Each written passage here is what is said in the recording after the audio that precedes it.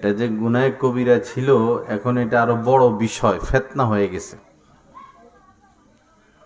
আল্লাহ পাক সমস্ত ফিতনা ফাসাদ থেকে আমাদেরকে হেফাজত করেন। আলহামদুলিল্লাহ, আলহামদুলিল্লাহ ওয়া কাফা ওয়া সালামুন আলা ইবাদিহিল্লাযীনা ইসতাফা, আম্মা বা'দ, ফাআউযু বিল্লাহি মিনাশ শাইতানির রাজীম। বিসমিল্লাহির রহমানির রহিম। ওয়াল আসর ইন্নাল ইনসানা লাফি খুসর ইল্লাল্লাযীনা আমানু ওয়া আমিলুস সালিহাতি ওয়া তাওয়াসাউ বিল হক ওয়া তাওয়াসাউ বিস সবর। সাদাকাল্লাহু মাওলানাল আযীম। ওয়া ক্বালা রাসূলুল্লাহি সাল্লাল্লাহু তাআলা আলাইহি ওয়াসাল্লাম, বাদিরু বিল আমালি ফিতানান কা কিতাইল লাইলিল মুযলিম, ইউসবিহুর রাজুলু মুমিনান ওয়া ইউমসি কাফিরান ওয়া ইউমসি মুমিনান ওয়া ইউসবিহু কাফিরান, ইয়াবিউ দীনাহু বিআরাজিম মিনাদ দুনিয়া, আও কামা ক্বালা আলাইহিস সালাতু ওয়াসসালাম। ওয়া ক্বালা রাসূলুল্লাহি সাল্লাল্লাহু আলাইহি ওয়াসাল্লাম, মান ইয়াজমান লি মা বাইনা লাহইহি ওয়া মা বাইনা ফাখিযাইহি আজমান লাহুল জান্নাহ, আও কামা ক্বালা আলাইহিস সালাতু ওয়াসসালাম। আল্লাহুম্মা সাল্লি আলা সাইয়্যিদিনা ওয়া মাওলানা মুহাম্মদ ওয়া আলা আলি সাইয়্যিদিনা ওয়া মাওলানা মুহাম্মদ ওয়া বারিক ওয়া সাল্লিম। আল্লাহ পাক জাল্লা জালালুহু আমাদের সবাইকে মাফ করে দেন। আল্লাহ পাক আমাদের সবাইকে মাফ করে দেন। আমাদের আত্মীয় স্বজন, বন্ধু বান্ধব যারা কবরবাসী, আল্লাহ পাক তাদেরকেও মাফ করে দেন। আজকের এই মাহফিলকে আল্লাহ পাক কবুল করেন। যত মানুষ এখানে এসেছে এবং যত মানুষ শুনতেছে, শুনবে, মেহেরবান খোদা দয়া করে সবাইকে আপনি হেদায়েত দান করেন। এই এলাকার সকল নারীদেরকে, মেয়েদেরকে পূর্ণ পর্দা করার তৌফিক দান করেন। লা ইলাহা ইল্লাল্লাহ, লা ইলাহা ইল্লাল্লাহ।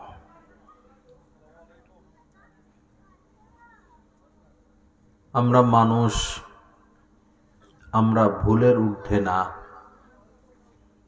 আমরা কেহ ভুলের ঊর্ধ্বে না। ভুল আমাদের দ্বারা হতে পারে,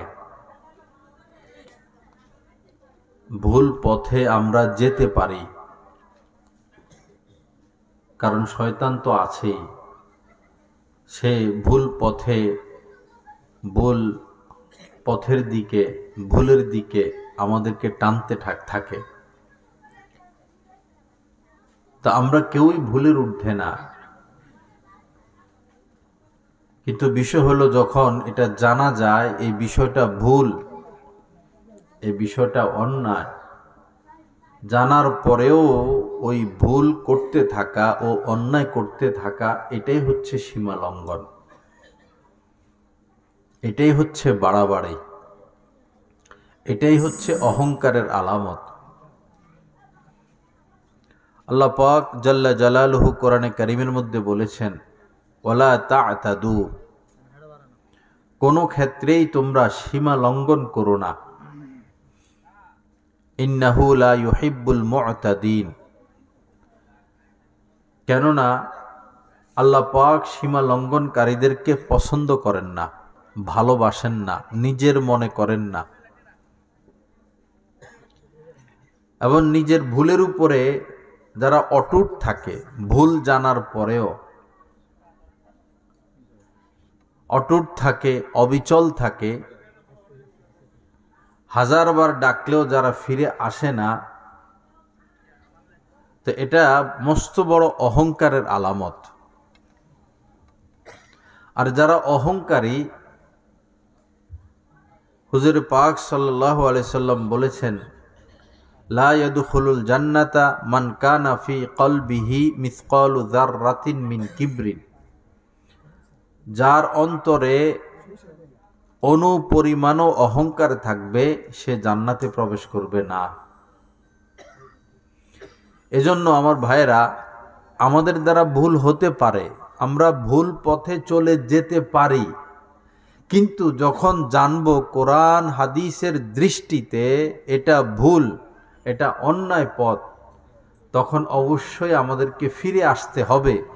যদি না ফিরে আসি, এটা হবে সীমা লঙ্ঘন, এটা হবে অহংকার।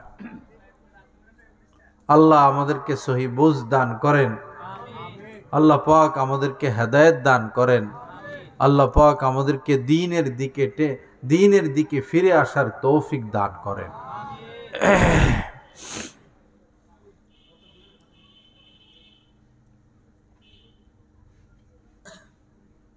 সেই বহুদিন থেকে বিভিন্ন জায়গায় যাওয়ার আমার অভ্যাস, দেখি আর কি। অনেক জায়গায় গিয়ে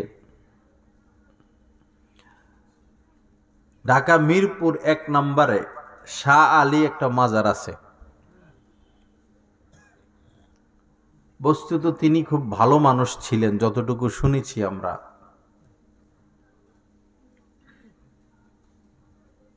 ওনার মাজারের চতুর্পাশে অনেক গর্ত গর্ত করে রাখছে, আপনি নামলে আপনার মাথা দেখা যাবে না। সর্বোচ্চ আধা ঘন্টা এর মধ্যে টাকায় ভরে যায়, পুরোটা আধা ঘন্টা 1 ঘন্টার মধ্যে। কারা যেন এসে বস্তায় ভরে টাকাগুলো নিয়ে যায়, আবার টাকা ভরে যায়, আবার বস্তায় ভরে টাকাগুলো নিয়ে যায়। যে শাহ আলী এখানে শুয়ে আছে, এই টাকাগুলো কি তিনি পায়? তার আত্মীয় স্বজনে পায়? তো কেন আমি দিলাম টাকাগুলো? কাকে দিলাম? কে মালিক হচ্ছে এই টাকাগুলো? আমাদের বাংলাদেশের মধ্যে সবচেয়ে বড় আল্লাহর ওলি যিনি ছিলেন, তাদের মধ্যে একজন হলেন শাহজালাল রহমতুল্লাহ আলাই। অনেক বড় মানুষ তিনি।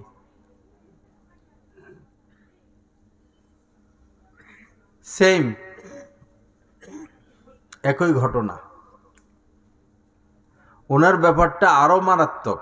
লিজ দেয়, লিজ। যারা মাজার কর্তৃপক্ষ, তারা দেয় কি, কে কত দিয়ে নিবে, এটার কি কয়, ডাক দেয়, ডাক দেয়, লিলাম না কি কয়, ডাক দেয়, লিলামে ডাক দেয়। 1 বছরের জন্য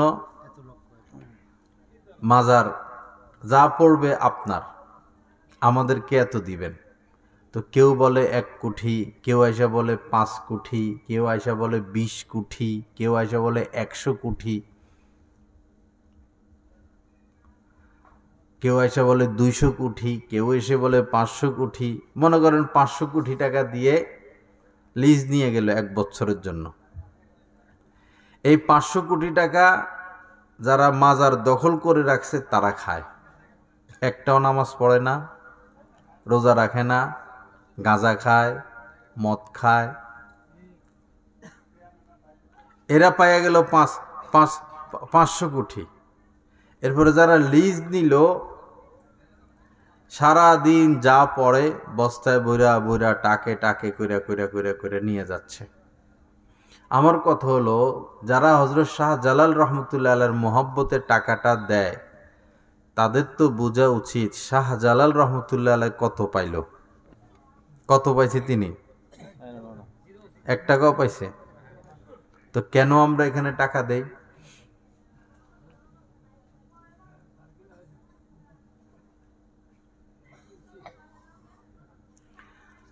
আমাদের ইউনিয়নে একজন পাগল ছিল।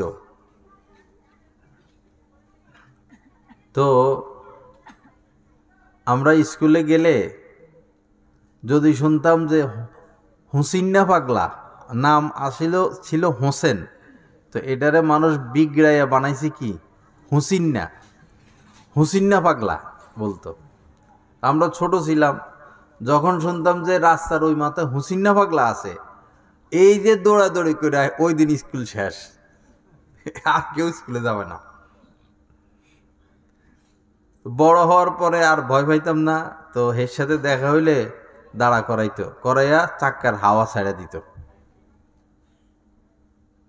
মাঝে মধ্যে ল্যাংটা থাকতো, ল্যাংটা হইয়া ঘুরতো, মানুষের দোকানে যাই এটা সেটা খাইতো। পাগল না, মাঝে মধ্যে অন্য এলাকার দিকেও যাইতো। সে কোনোদিন নামাজ পড়তো না, রোজা রাখতো না, হজ করে নাই, ওমরা করে নাই, আল্লাহকে সে ডাকে না, বেচারা পাগল মানুষ। সে মারা যাওয়ার পরে, এটা আমাদের এলাকার কথা বলতেছি, রাতারাতি মাজার টাজার কইরা লম্বা লম্বা বাঁশের মধ্যে পতাকা লাগাইয়া, কবরকে উঁচা করে ফুলের মালা টালা দিয়া, বাস রমরমা ব্যবসা। যারা এগুলো করছে তারা সব টাকা নিয়ে যায়। অথচ এতদিন এই লোকটা পাগল ছিল, তারে নিয়ে হাসপাতালে ভর্তি করানো দরকার ছিল, তাকে চিকিৎসা করানো দরকার ছিল। তার ঘর ছিল না, তার একটা ঘর বানাইয়া দিত। তার পোশাক ছিল না, তার একটা পোশাক বানাইয়া দিত। দেশে চিকিৎসা না হলে বিদেশে নিয়ে চিকিৎসা করত। জীবিত অবস্থায় তার হাতে কেউ 10টা টাকা দিত না, তাড়াইয়া দিত। মরার পরে এখন তার কবরে লাখ লাখ টাকা, লাখ লাখ টাকা, লাখ লাখ টাকা। এটা কি বিবেকবান মানুষের কাজ, না যারা বিবেকহীন তাদের কাজ? আমি এই সমস্ত বিষয় কথা বলি না সাধারণত, কিন্তু আপনারা তো আমার পরিবারের লোক, সবাই আমারে চিনেন না, আমিও তো আপনাদেরকে চিনি। আপন মনে করে কথাগুলো বলতেছি।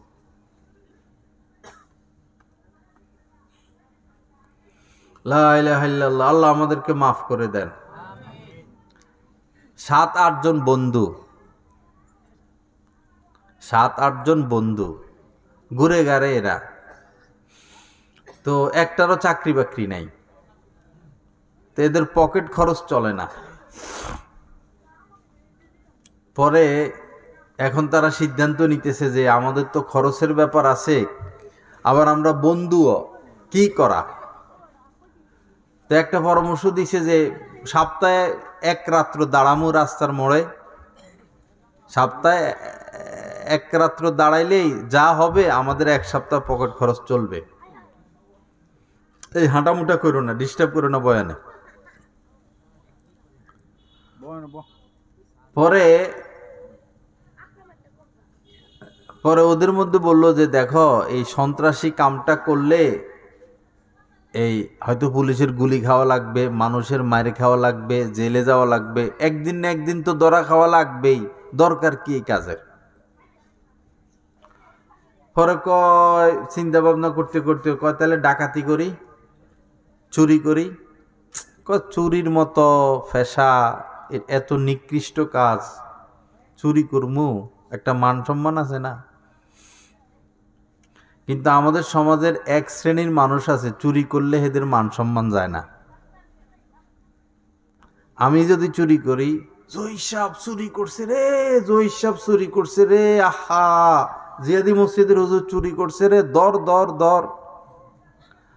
আর এমপি মন্ত্রীরা যে চুরি করে দেশ বিক্রি করে দেয়, এগোরে কেউ চোর কয়? আল্লাহরে সাক্ষী রেখে কন, এই দেশের সবচেয়ে বড় চোর কারা? জোরে কন না ইমান থাকলে। নেতারা, এমপি মন্ত্রীরা, জোরে কন যদি ইমান থাকে ভিতরে, কন এই দেশের সবচেয়ে বড় চোর কারা? নেতারা এবং এমপি মন্ত্রী। সাহস রেখে কথা বলবেন। হেরা আসলে তো ফুলের মালা দিতে দিতে দিতে দিতে গেট 100টা করতে করতে যান শেষ। তবে সবাই না, 2-4 জন ভালো আছে, 2-4 জন ভালো আছে, বেশিরভাগ চোর। মধ্যখান থেকে একটু রাজনীতি ঢুকে গেছে আর কি, আগের জায়গায় ফিরে যাই। এই 7-8টা বন্ধু বান্ধব পরে না চুরি করবে, না ডাকাতি করবে, না সন্ত্রাসী করবে, না মাস্তানি করবে, কিন্তু তারা বন্ধুত্ব ঠিক রাখতে চায়। ঘুরে গাড়ে পকেট খরচ নাই, মাঝে মধ্যে কেউ 2-10 টাকা পাইলে সবাই মিলে ভাঙ্গা খায়। একদিন রাস্তা দিয়ে হাঁটা যাইতেছে, সন্ধ্যার পরে, এসার পরে দেখলো যে রাস্তার পাশে কুত্তা একটা মইরা শুয়ে রইছে। কুত্তা একটা মইরা শুয়ে রইছে, কয় পাইছি রে, পাইছি পাইছি রে পাইছি। দোস্তরা কই, আয় আয় আয় আয় আয়। সব দোস্তরা আসছে, কি রে? কয় হয়ে গেছে, কোটিপতি হয়ে গেছি। কি? কয় দেখ দেখ কি করি। ওই রাস্তার কোনার মধ্যে গর্ত কইরা কুত্তা এটারে গর্তের মধ্যে রাইখা কবর টবর দিয়া মাজার টাজার কইরা লম্বা লম্বা পতাকা ঝুলাইয়া কুত্তা শাহ মাজার, কি নাম দিছে? কুত্তা শাহ মাজার। এরপরে কিছু বাড়া লোক পাওয়া যায় ঢাকা শহরে, চুল লম্বা লম্বা, গাঁজা টাজা খায়, নাচে, ডোল দেয়। এগুলার বেতন আছে বিভিন্ন মাজারে, এগুলার 1 লাখ 2 লাখ 3 লাখও বেতন আছে। এগুলার কিনে আনতে হয়, ভাড়া আনতে হয়। এই কয়েকটারে ভাড়া আনে, বস এরা গাঁজা টাজা খায়, গান টান গায়, এমন জমা জমছে অল্প কয়েকদিনের মধ্যে প্রত্যেকটা বাড়ি গাড়ি করে ফেলছে কুত্তা শাহ মাজার। আল্লাহ আমাদেরকে সহি বুঝ দান করেন। আরেকটা ঘটনা শুনাই। আমি গেছিলাম নবীনগর মাহফিলে। পরে এক মাজারের সামনে দিয়ে যাইতেছি, পরে এলাকার ছেলেরা ছিল, কয় হুজুর এটা হইল ব্লাউজ পীরের মাজার। মহিলারা ব্লাউজ গায়ে দেয় না, ব্লাউজ পীরের মাজার। পরে আমি বললাম ব্লাউজ পীরের মাজার, হেটা আবার কি? তো পরে কইল যে পীর সাহেব কিছু গায়ে দিত না, মহিলাদের ব্লাউজ একটা গায়ে দিত, আর পীরের লগে আরো বন্ড 10-15টা ঘুরতো, সেগুলাও সবাই ব্লাউজ একটা গায়ে দিত। ব্লাউজ পীর মানে আনকমন কিছু বাইর করতে পারলেই তো ব্যবসাটা জমে। এমন জমা জমছে, ব্লাউজ পীর ব্লাউজ পীর, ব্লাউজ পীরের আজকে ওরস, ব্লাউজ পীরের আজকে এটা, ব্লাউজ পীরের আজকে হেটা। মহিলা টইলা আইনা নাচায়, গাঁজা টাজা খায়। পরে তো মরছে কদিন পরে, মরার পরে আরো জমছে। বলুন তো কোরআন হাদিসের সাথে এগুলার কোনো মিল আছে? বেশি দূরে যাওয়া লাগবে না, এই শম্ভুপুরের এই পাশে এক লোক গরিব, টাকা পয়সা নাই, সংসার চলে না, শিক্ষিত না, মূর্খ। ওরে সে কি করছে, কবর একটা খুঁড়ছে, কবর খনন করছে। কবর খনন কইরা কবরের ভিতরে যাইয়া বসে রয়েছে, কবরে শুয়ে থাকে, বসে থাকে, কবর থেকে বাইর হয় না। আর চামচা 7-8টা রাখছে, জায়গায় জায়গায় যাইয়া মহিলাদের কানে দিতেছে, আরে নতুন এক আল্লাহর অলি বাইর হইছে, জীবিত থাকা অবস্থায় কবরে চলে গেছে, কবর থেকে বাইর হয়, কবর থেকে দিনও কবরে থাকে, রাত্রেও কবরে থাকে। কত বড় আল্লাহর অলি রে, দুনিয়া ত্যাগ করে দুনিয়াতে থাকতে কবরে চলে গেছে।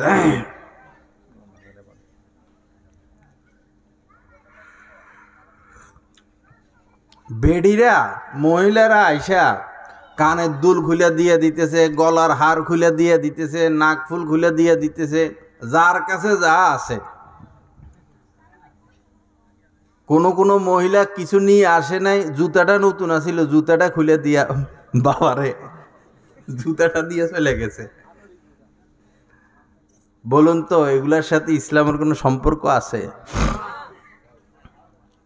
যদি মাজারে টাকা দেওয়া ভালো কাজ হইতো, আল্লাহর রাসূলের কবরে এই পরিমাণ টাকা পড়তো যে সৌদি আরব এই টাকা রাখার জায়গা পাইতো না। ঠিক কিনা বেঠিক?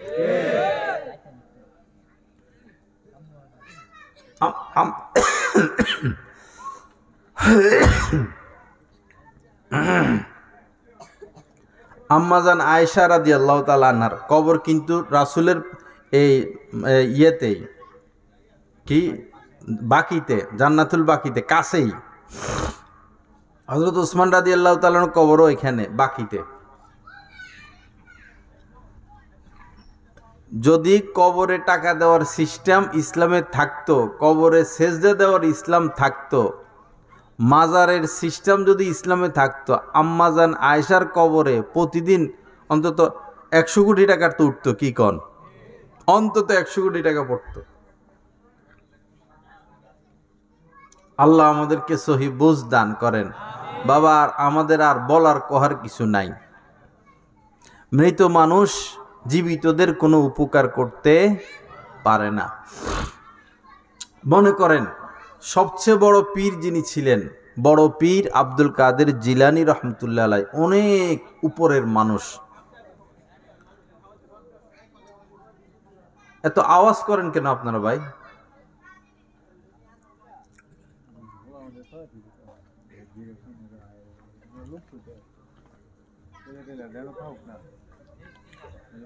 জিলানী রহমতুল্লাহ আলাইহি নদীর পাশে বসা, ওনার ছেলে নদীতে পড়ে গেল। ছেলেটা সাঁতার জানে না, এখন সে হাবুডুবু খাচ্ছে, মারা যাচ্ছে। উনি কি নদীতে বসে থাকবে নাকি নেমে বাচ্চাটাকে উঠাবে?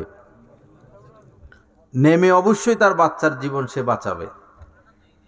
আচ্ছা বলুন তো, বড় পীর আব্দুল কাদের জিলানী মারা গেছেন, মনে করেন উদাহরণ, তিনি নদীর পাশে আছেন, তার লাশটা। এখন তার ছেলেটা এইভাবে নদীতে পড়ে হাবুডুবু খাচ্ছে, তিনি কি নদীর থেকে তার বাচ্চাকে উঠাইতে পারবেন? কারণ তিনি এই দুনিয়াতে। মৃত মানুষ জীবিতদের কোনো উপকার করতে পারে না। এই তো আপনারা অঙ্ক বুঝতেছেন, মাশাআল্লাহ।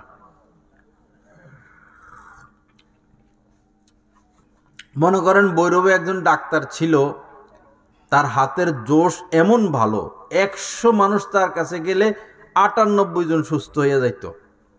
এত ভালো ডাক্তার, দৈনিক 2000 মনে করেন 200, 300, 500 রুগী সে দেখত। যত রুগী যায় সুস্থ, বেশিরভাগ সুস্থ। এত ভালো ডাক্তার, বেচারা মারা গেছে, কবর দিয়ে দিছেন।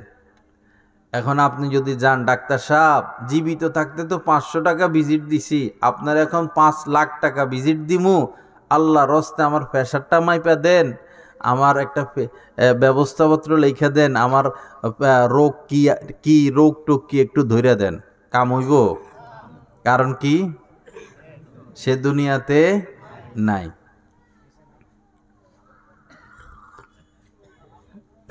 আমার কথা বলেন, বহু মানুষ আমাকে মহব্বত করে, আল্লাহর দয়া আমিও মহব্বত করি। জুমার দিন বহু মানুষ যায়, পানি পড়া নেয়, আমি মারা গেলাম, আমারে কবর দিয়ে দিছেন। এখন আপনি যদি যাই, এখন হুজুর কত পানি পড়া নিছি, আল্লাহর হস্তে আমার একটু পানি পড়া দেন, আমি কবর থেকে পানি পড়া দিতে পারমু? হুজুর কত ওয়াজ করছেন এলাকায় আইসা, কত ওয়াজ করছেন, এখন তো কবরে শুয়ে গেছেন, আসেন না 10টা মিনিট একটু ওয়াজ করেন, পারমু? মারা গেলে মৃত ব্যক্তি দুনিয়ার কোনো মানুষের কোনো উপকার করতে পারে না। দুনিয়া এক জিন্দিগি, মারা গেলে যেই জিন্দিগিতে মানুষ যায় তাকে বলে আলমে বরজখ। একসময় ছিলাম রুহের জগতে, শত শত বছর আমরা রুহের জগতে ছিলাম। ওই সময় আল্লাহ আমাদেরকে পালছেন। রুহের জগৎ থেকে মায়ের গর্ভে এসেছি, দুনিয়াতে আসা হয়ে গেছে। এই দুনিয়াতে এখন আমরা বসবাস করি, দুনিয়ার থেকে চলে যাব আলমে বরজখে, সেটা আরেক জগৎ। ওই জগতে গেলে এই জগতের সাথে যোগাযোগের কোনো ব্যবস্থা নাই।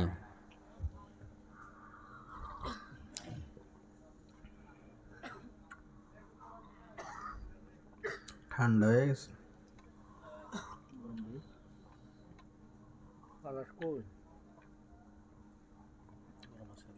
অল্প অল্প দিতে পরে। লা ইলাহা ইল্লাল্লাহ। আল্লাহ পাক আমাদেরকে মাফ করে দেন, আল্লাহ পাক আমাদেরকে সহি বুঝ দান করেন। এই বিষয় আলোচনা আমার শেষের দিকে, আমি কোনো রায় দিব না, ফয়সালা দিব না, ফয়সালা আপনাদের হাতে। কথা শেষ এই বিষয়। আর একটা ঘটনা শুনাই। আমাদের মুসলিমের মোড় যে গাছতলা ঘাট চিনেন না, অনেক বছর আগের কথা আর কি, এখানে একটা পাগল ঘোরাফেরা করত, বেশি দিন আগেও না, তো কেউ দরবারে গেলে কেউ 2 টাকা দিত, কেউ 10 টাকা দিত, কেউ একবেলা খাওয়াইতো। গায়ে লুঙ্গি টুঙ্গি থাকতো না, মানুষ অনেক সময় লুঙ্গি দিত আবার খুলে ফেলতো। অসুস্থ পাগল মানুষ, তার ঘর বাড়ি ছিল না। আত্মীয় স্বজনরা যারা ছিল তারা তার খবর রাখতো না, রাস্তাঘাটে ঘুমিয়ে থাকতো। পরে সে মারা গেছে। মারা যাওয়ার পরে এই ধান্দাবাজ কিছু লোক আছে না, এরা আইসা তার আত্মীয় স্বজনের সাথে কথাবার্তা বলতেছে যে লাশ আমাদেরকে দিয়ে দেন।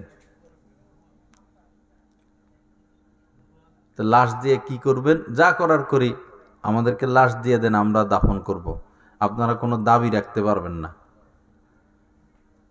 তো পরে কথাবার্তা হইল 3 লক্ষ টাকা দিয়ে এই পাগলের লাশ নিয়ে গেছে কিনা, স্ট্যাম্প করে নিছে, আপনারা কোনো দায় দাবি নাই। নিয়া এদিকে কোথায়, আরো পরে রাস্তার পাশে, সব হয় রাস্তার পাশে। রাস্তার পাশে সুন্দর মতো কবর টবর দিয়া লম্বা লম্বা বাঁশের উপরে লাল লাল পতাকা লাগাইয়া ওই পাগলা কিছুকে ঢাকা থেকে ভাড়া করে আইনা বস 3 লাখ টাকা দিয়ে আনছে। 1 মাসের মধ্যে কয়েক 3 লাখ উঠে গেছে।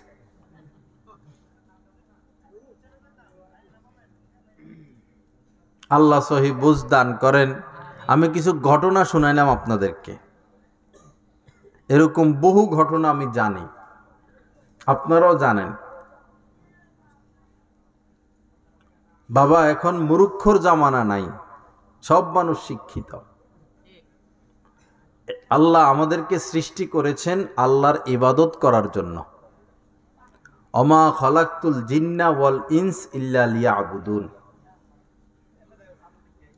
আল্লাহ পাক জিন এবং ইনসান, ইনসান মানে মানুষ, জিন এবং ইনসানকে সৃষ্টি করেছেন কেবলমাত্র আল্লাহর ইবাদত করার জন্য। আমরা আল্লাহর ইবাদত করব।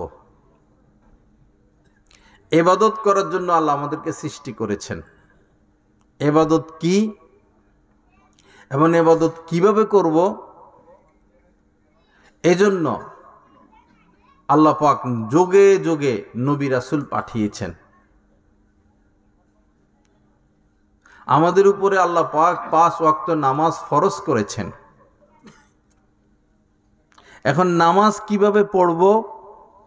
জিবরিল আমিন এসে নবীজিকে ফজরের নামাজ, জোহরের নামাজ, আসরের নামাজ, মাগরিবের নামাজ, এশার নামাজ উনি থেকে একবার প্রথম ওয়াক্তে নবীজিকে দেখাইছেন এইভাবে নামাজ, রুকু এইভাবে, সেজদে এইভাবে, কিয়াম এইভাবে, এটা পড়তে হবে, ওইটা করতে হবে। আবার আরেকবার আইসা নামাজের শেষ ওয়াক্তে আবার এরকম 5 ওয়াক্ত নামাজ শিখাইছেন। তা আমাদেরকে সৃষ্টি করেছেন আল্লাহ পাক আল্লাহর ইবাদত করার জন্য। ইবাদতের নমুনা সিস্টেম শিক্ষা দেওয়ার জন্য নবী রাসূলকে পাঠিয়েছেন। আমরা যদি জান্নাতে যেতে চাই, জাহান্নামের আগুন থেকে বাঁচতে চাই, আল্লাহর ইবাদত ব্যতীত কোনো উপায় নাই। আল্লাহর ইবাদত করতে হবে। এখন আপনি নামাজ পড়েন না, আপনি রোজা রাখেন না, আপনার স্ত্রী পর্দা করে না, আপনি পর্দা করেন না, আপনি হালাল খান না, আপনি মিথ্যা কথা বলেন, আপনি সুদ খান, আপনি ঘুষ খান, আপনি মোবাইলে খারাপ জিনিস দেখেন, আপনি আত্মীয়তার হক আদায় করেন না, আপনি সহি শুদ্ধভাবে কোরআন পড়তে পারেন না, আপনি সূরা ফাতিহাটাও পারেন না, আপনি ওযুটাও করতে পারেন না, আপনি গোসলটাও করতে পারেন না, তো আপনি কোন পর্যায়ের মুসলমান?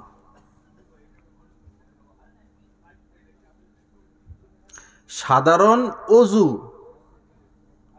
শত শত মুসলমান, সুন্নত তরিকায় আমরা ওযুটা পারি না। শত শত মুসলমান।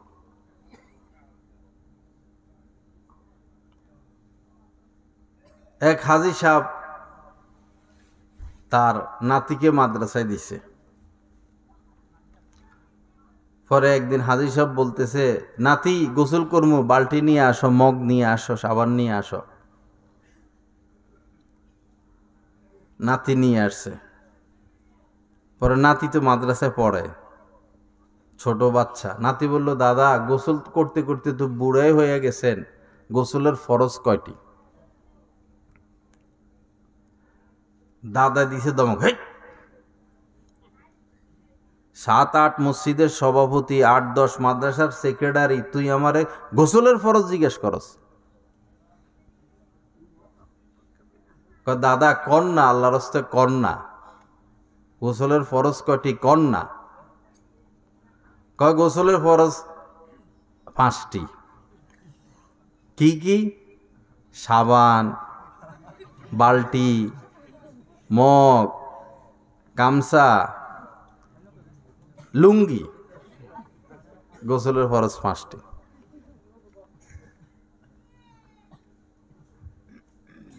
আল্লাহ আমাদেরকে সহি বুঝ দান করেন। বাবা, তলাবুল ইলমি ফারিদ আলা কুল্লি মুসলিম।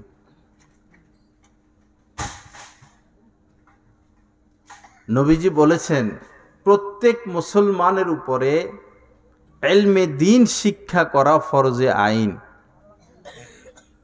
ইলমে দ্বীন বলতে যতটুকু জরুরত, নামাজ পড়তে যা লাগে, রোজা রাখতে যা লাগে, অজু করতে যা লাগে, গোসল করতে যা লাগে, ব্যবসা বাণিজ্য, শোয়া, ঘুম, এতটুকু, বেশি না, বেহেশতে যাওয়ার পর্যন্ত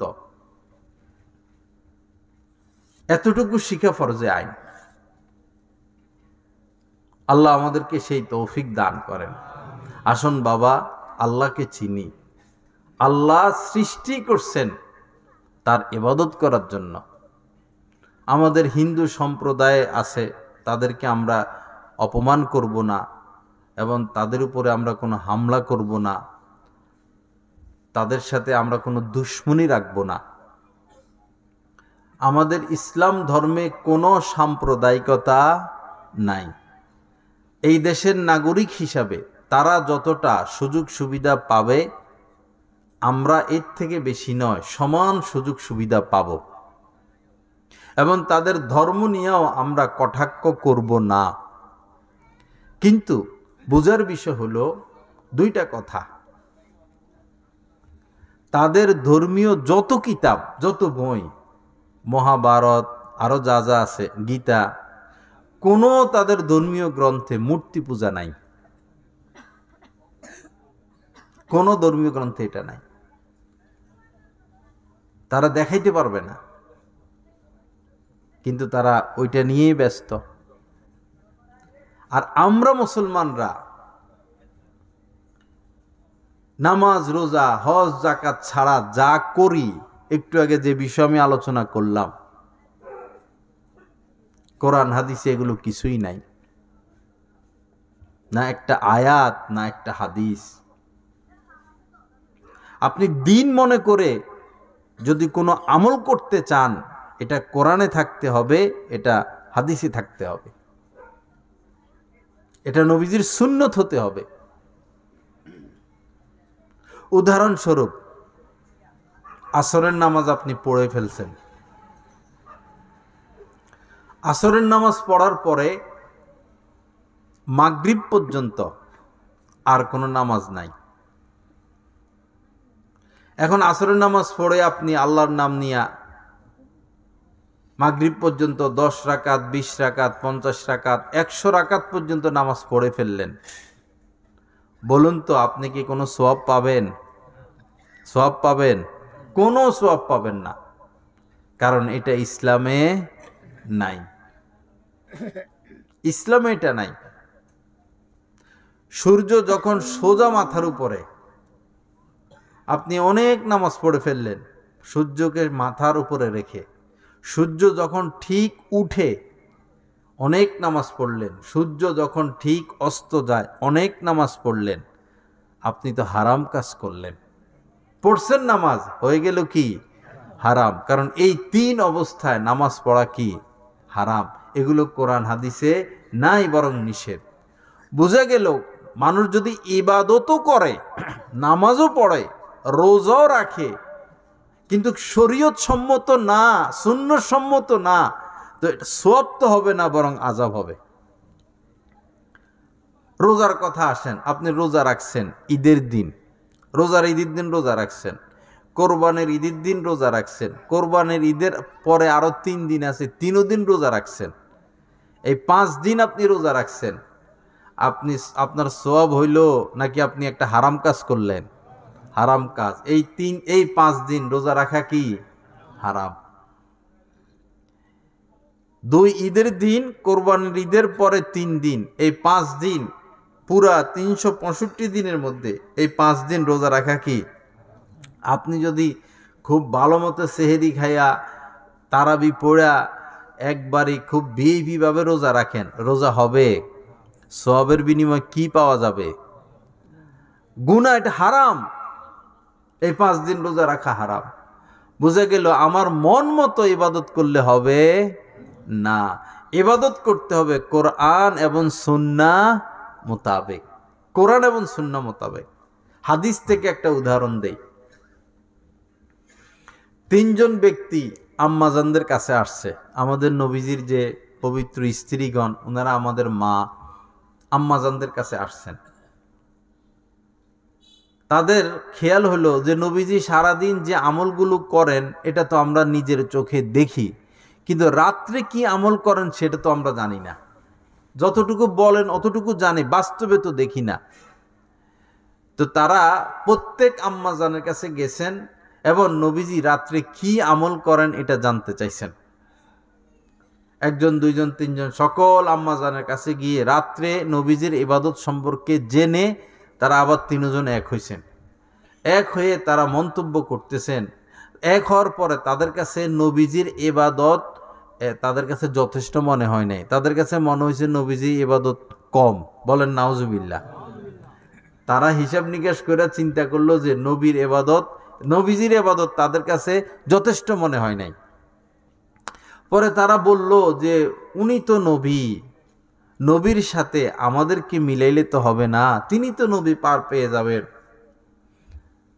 তো প্রথম জনে বলল যে আজ থেকে মরণ পর্যন্ত আমি আর রাত্রে ঘুমাবো না, সারা রাত ইবাদত করব।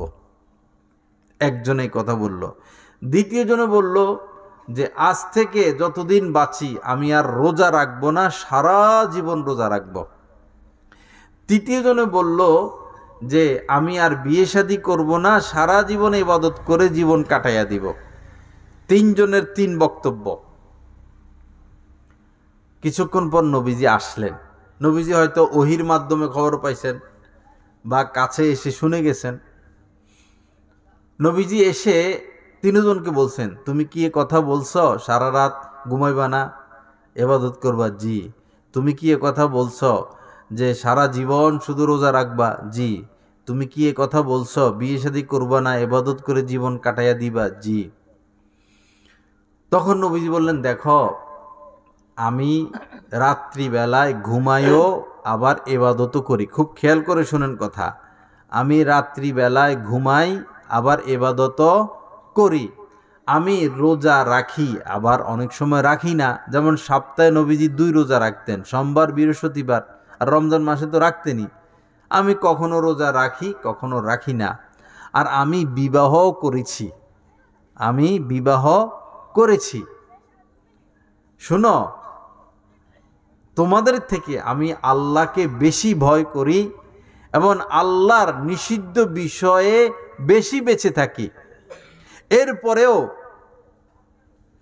আমি বিয়েও করেছি, রাত্রে ঘুমাইও, ইবাদতও করি, রোজা রাখিও, রোজা ভাঙ্গিও। শুনো, মান রাগিবা আন সুন্নতি ফালাইসা মিন্নি, যে আমার সুন্নতের বিপরীত চলবে সে আমার উম্মতের অন্তর্ভুক্ত নয়। এই কথাটা মনে রাখবেন। মান রাগিবা আন সুন্নতি ফালাইসা মিন্নি, যে আমার সুন্নতের বিপরীত চলবে সে আমার উম্মতের অন্তর্ভুক্ত নয়, আমার দলের অন্তর্ভুক্ত নয়। তো যে নবীর দলের অন্তর্ভুক্ত হতে পারবে না তার কপালে তো জান্নাত নাই। এখন কি বোঝা গেল? যে ইবাদত মনে করে করলেই হবে না, এটা নবীজির সুন্নত মোতাবেক হতে হবে। এ কথাটা কি আমি বুঝাইতে পারলাম?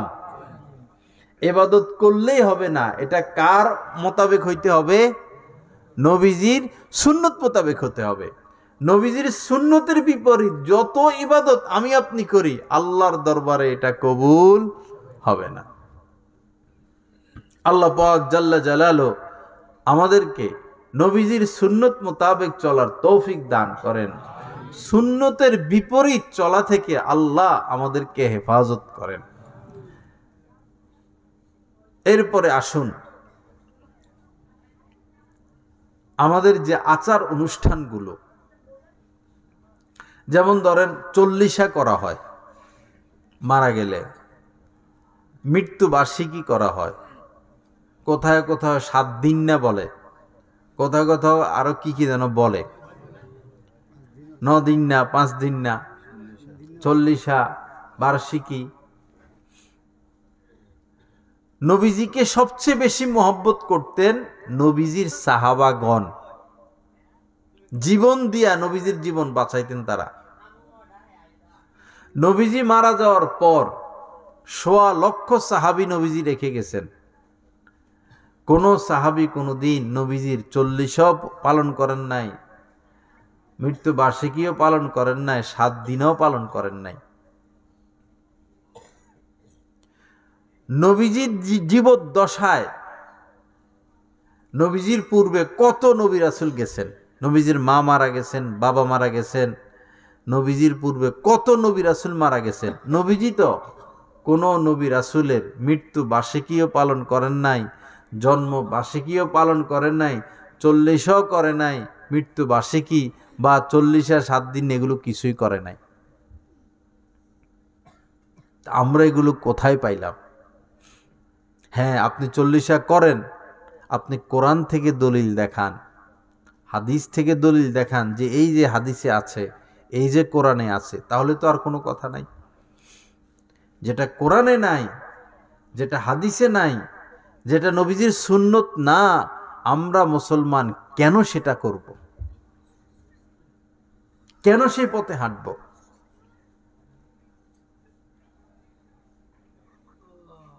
আল্লাহ সহি বুঝ দান করেন। আমরা ছোটকালে দেখতাম বিয়ে হইলে এই বিয়ে হওয়ার পরে নোয়াখালীর ওইদিকে ছিল আগে বুঞ্জুনিগর একটা নাম ছিল। বুঞ্জুনিগর মানে ছেলে মেয়েরে এখানে বসাইতো, দুধ ভাত খাওয়ায়। এই বুঞ্জুনিগরে ছেলে মেয়েরে পাশাপাশি বসাইয়া পরে শাশুড়ি আইসা জামাইরে কোলে নেয়। নাউজুবিল্লাহ। শাশুড়ি কারে কোলে নেয়? জামাইরে কোলে নেয়। কোলে নিয়া পরে খাওয়ায়, দুধ ভাত খাওয়ায়। কেউ এসে আংটি পরাইয়া দেয়, কেউ এসে ঘড়ি পরাইয়া দেয়। এরপরে বাপ পিতা আইসা, মেয়ের পিতা আইসা মেয়ের হাত ধইরা স্বামীর হাতে তার হাত উঠাইয়া দেয়, বলে আমি আমার মেয়েকে তোমার হাতে উঠাইয়া দিলাম। বলুন তো কোরআন হাদিসে কি এগুলো আছে? আপনাদের বিবেক কি বলে আছে? শাশুড়ির কোলে কেমনে জামাতা বসবে? সে কি শিশু বাচ্চা? শাশুড়ি কোলে নেয় জামাতাকে।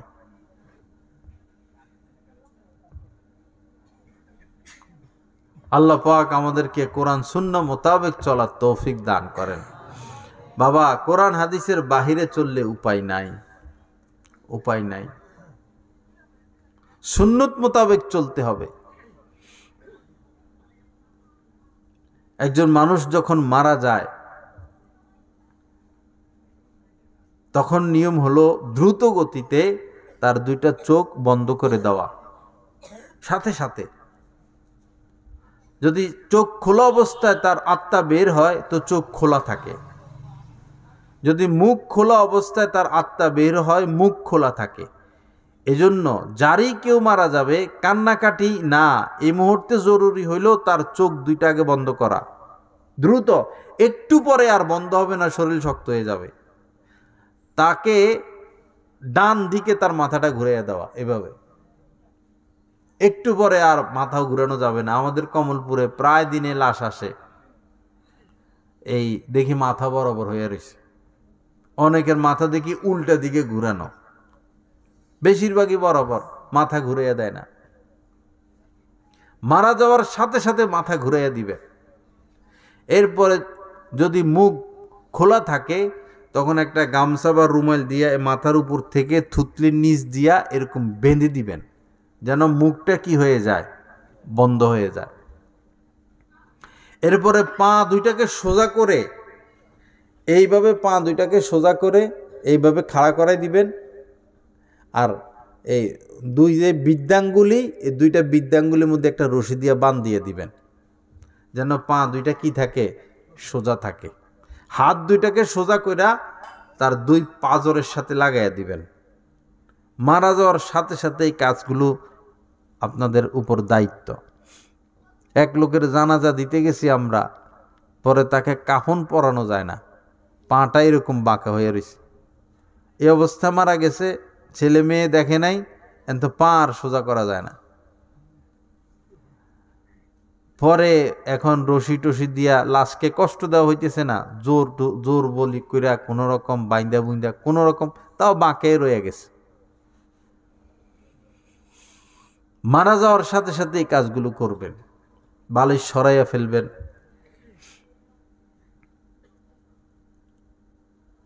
মারা যাওয়ার আগে যে কাজটা, কান্নাকাটি করে মা রে বাবা রে গেল রে, না, পানি খাওয়ায়, আম খাওয়ায়। আমার দাদার মৃত্যু আমার সামনে হয়েছে, আমি ওই সময় মাদ্রাসায় পড়তাম না, জানতাম না, ছোট ছিলাম। আমার দাদার মৃত্যুর কিছুক্ষণ আগে এই বড় বউ আইসা পানি খাওয়াইতেছে, ছোট বউ আইসা পানি খাওয়াইতেছে, রে চলে যায় রে, যায় রে, পানি দে, পানি খাবা, সবাই পানি খাওয়া। উনার মৃত্যু যন্ত্রণা শুরু হয়েছে, এখন পানি খাওয়ানো নিয়ে ব্যস্ত। কেউ এসে আম খাওয়াইতেছে, শেষমেশ খাওয়াই দে, কেউ এসে ফল খাওয়াইতেছে, এই কাম। এই মুহূর্তে কি উনার খানার দরকার আছে? এই মুহূর্তে তো উনাকে কালিমার তালকিন দিতে হবে। ওনার পাশে বসে উনি আওয়াজ পায়, এই আওয়াজে বলতে হবে লা ইলাহা ইল্লাল্লাহ, লা ইলাহা ইল্লাল্লাহ। বলেন, এটা বলা যাবে না, কারণ তার এখন অনেক কষ্ট। আপনি যদি বলেন কালেমা পড়েন, কালেমা পড়েন, হয়তো সে উল্টাপাল্টা কিছু বলে বসবে, তার ঈমান চলে যাবে।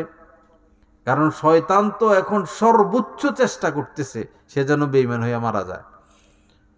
তার যত শক্তি, তার যত কৌশল, তার যত পদ্ধতি জানা, সিস্টেম জানা, সব এখন সে প্রয়োগ করতেছে যেন এই লোকটা বেঈমান হয়ে মারা যায়। আর সাকরাত তো আছে, মৃত্যু যন্ত্রণা তো আছেই। এই মুহূর্তে কালেমা পড়েন এটা বলা যাবে না। সে শুনতে পায় এই আওয়াজে লা ইলাহা ইল্লাল্লাহ, লা ইলাহা ইল্লাল্লাহ। আর দূরে, আরেকটু দূরে বসে কেউ সূরা ইয়াসিন তেলাওয়াত করবে। সূরা ইয়াসিন এই মৃত ব্যক্তি, প্রায় মৃত ব্যক্তির সামনে পাশে তেলাওয়াত করলে মৃত্যু যন্ত্রণাটা কম হয়। বাবা, কোরআন হাদিস মোতাবেক কাজ করবেন, কোরআন হাদিস মোতাবেক। আল্লাহ আমাদেরকে তৌফিক দান করেন। এই সময় কান্নাকাটি, পানি খাওয়ানো, শেষমেশ খাওয়ানো, এগুলো করবেন না। কিন্তু এখন আরো আপডেট, যখন মারা যায় তখন শেষ স্মৃতি ধরে রাখে, সেলফি তোলে, ছবি তোলে, ভিডিও করে, এইভাবে ক্যামেরা ধরে রাখে কেমনে মারা যাইতেছে, কি আসো বিষয়। ছেলে মেয়েরে কিছু শিখায় নাই, তো ছেলে মেয়ে কি করবো, এটাই করে।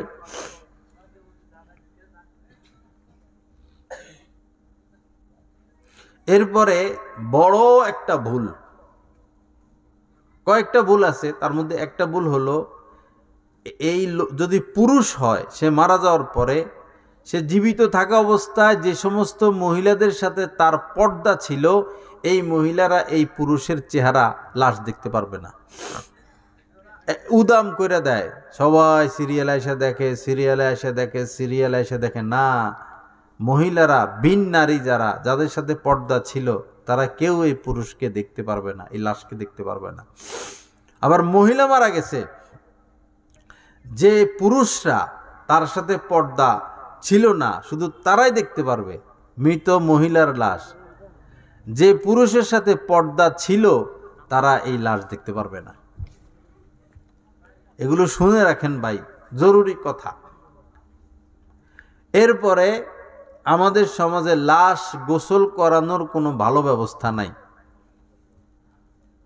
এটা বড় দুঃখজনক কথা। আমাদের ভৈরবের যত কোটিপতি আছে সবাই তো বিভিন্ন বয়ানে আমার ডান পাশে বসে, বাম পাশে বসে, সব লাখপতি কোটিপতিরা। কত বলা বলছি, আহা, একজনেরও মন গলল না। লাশকে গোসল করানোর জন্য একটা ঘর তৈরি করা, যে এখানে শুধু লাশ গোসল করানো হবে পর্দার সাথে। মোটর থাকবে, গরম পানির মেশিন থাকবে, পানি নেমে যাওয়ার সিস্টেম থাকবে। তো টাকা পয়সা সব ব্যাংকে রেখে চলে যাইতেছে, লাভ কি? লাশ গোসলের একটা বিশেষ ব্যবস্থা থাকা উচিত। মহিলার লাশ কোনো পুরুষ যেন না দেখে। শহরের মধ্যে অনেক জায়গায় মশারি টাঙ্গাইয়া লাশ ধোয়, অনেকে চতুর্পাশে পর্দা লাগাইয়া লাশ ধোয়, ছাদের উপর থেকে দেখে। কি মুসিবত! আর অনেক ঘরে মানুষ মারা যায়, খাটে করে লাশ বাইর করতে পারে না, কোলে করে বাইর করা লাগে। ঘর করবে, একটা হাত ছাড়বে, আত্মায় দেয় না, এক হাত ছেড়ে দিবে। রাস্তা নাই, খাটিয়া যে ঢুকবে তার বাড়িতে, খাট ঢুকে না, রাস্তা নাই।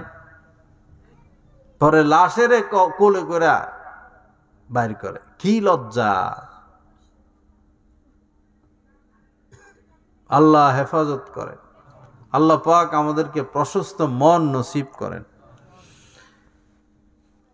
সবচেয়ে যে বড় ভুলটা হয় সেটা হলো লাশকে কবরে রাখিয়া আমরা লাশের চেহারাকে কিবলার দিকে ঘুরিয়ে দিই, বস শেষ।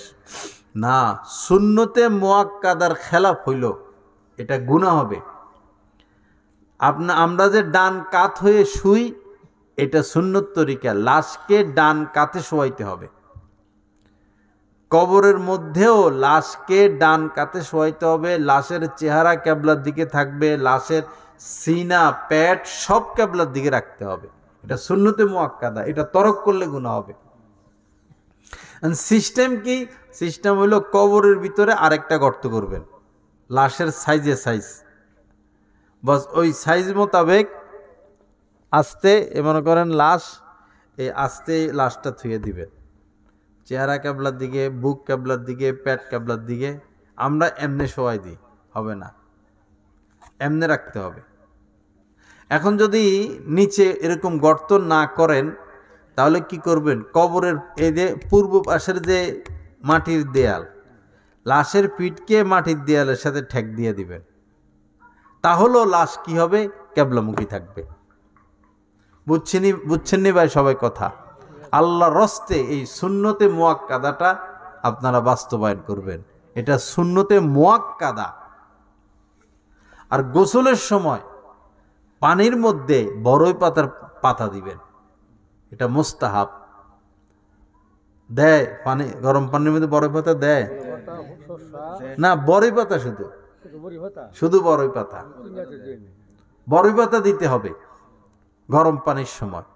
এটা সাবান দিবেন সেটা তো অসুবিধা নাই, কিন্তু এই বড়ই পাতা দেওয়া মুস্তাহাব। একটা সুন্নত যেন না ছুটে মৃত ব্যক্তির ক্ষেত্রে, একটা সুন্নত বাদ দেওয়া যাবে না।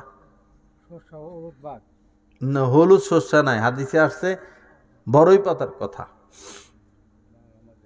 আর যিনি গোসল করায়, গোসল করাবে আপনার সন্তান আপনাকে। আপনি মারা গেছেন, আপনার সন্তান আপনাকে গোসল করাবে। ভাই মারা গেছে, ভাই গোসল করাবে। মা মারা গেছে, মেয়েরা গোসল করাবে। অন্য লোকরে দিয়া গোসল করাইলে সে কি ভালো করে দিল দিয়া পয় পরিষ্কার করে গোসল করাবে? কোনো দিন না। নামকে অস্তে। আমার এক আত্মীয় ঢাকা মারা গেছে, আমি দেখতে গেছি, গোসল টোসল করাইছে। পরে চেহারা দেখলাম এই নাকের ভিতরে ময়লা, নাকের যে ময়লা দেখা যাইতেছে, খুব বিশ্রী দেখা যাইতেছে ময়লাটার কারণে। আপন ছেলে আছে, মেয়ে আছে, একটা টিস্যু দিয়ে নাকের ময়লাটা পরিষ্কার করে দিলেই তো হয়। ডরে কেউ ধরে না, ডরে। এই বাপে তোদেরকে খাওয়াইয়া বড় করলো, ঢাকা শহর বাড়ি বানাইয়া দিল, তোরা এত বড় নাফরমান, বাপের নাকের ময়লাটা তোরা পরিষ্কার করতে পারস না, তোদের ডর লাগে? তোরা মানুষ? আল্লাহ ছাড়া, আল্লাহর কসম, কেউ আপন নাই। আল্লাহ ছাড়া কেউ আপন নয়। এলাকার নাম বলবো না এদিকে, আর বলে দিলেও কি, কেউরে আমি পরোয়া করি না, ভয় করি না। আমারে দাওয়াত দিয়ে নিচে দোয়া করতাম, গেছি, কি দোয়া যেন একটা ফায়সালা হয়ে যায়, মানে ঘরের যিনি মুরব্বী উনি যেন মরে মরে, এই দোয়া করতাম আর কি। এবার এটা যেন মরে, মরে না কেন, মরার জন্য আমারে নিয়ে গেছে, দোয়া করতাম। কি আইছে?